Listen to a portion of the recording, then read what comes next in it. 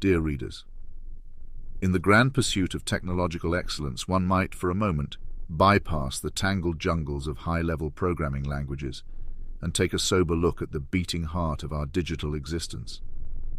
That heart, stark in its binary simplicity, thumps in the rhythmic cadence of ones and zeros. Yes, dear reader, I speak of binary, the Adam and Eve of the computational Garden of Eden. You may balk at the mere suggestion, but allow me to defend a proposition most austere, that developers, in their quest for true mastery, should code exclusively in binary. I anticipate the skeptical arching of eyebrows, the incredulous guffaws, but bear with me, for this is a journey not for the faint of heart, but for those who seek the raw essence of logical beauty. In our adulterated age of abstraction and spoon-fed simplicity, we've grown accustomed to the mollycoddling of programming languages that do our bidding with a mere flick of a syntactic wand. Python, Java, C++.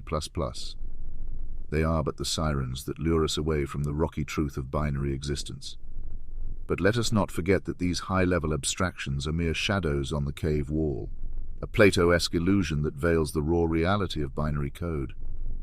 To argue for binary is to argue for a return to first principles, a Socratic dialogue with the machine where nothing is assumed and everything is laid bare.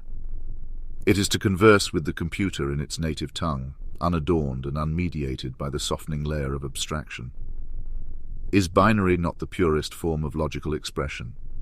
A gate opened or closed, a circuit alive with electricity or dormant in its absence. It's a world uncluttered by the ambiguities and redundancies that high-level languages impose. In the cold, clear light of binary logic, there's no room for obscurity, no place for the muddled thinking that so often plagues our human discourse. I hear the objections already, the inefficiency, the complexity, the sheer unmanageability of coding in binary. But these are not refutations. They are admissions of our own inadequacy, our reluctance to grapple with the true nature of the machine.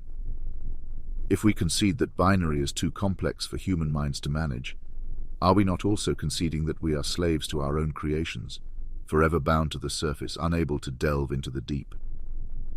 Think of the unparalleled understanding one could achieve, the intimacy with the machine's inner workings, the mastery over its every nuance.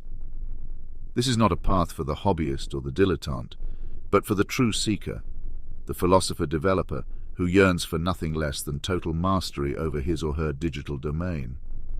In conclusion, dear reader, to embrace binary is to embrace a level of discipline and rigor that our age of convenience and complacency has all but forgotten.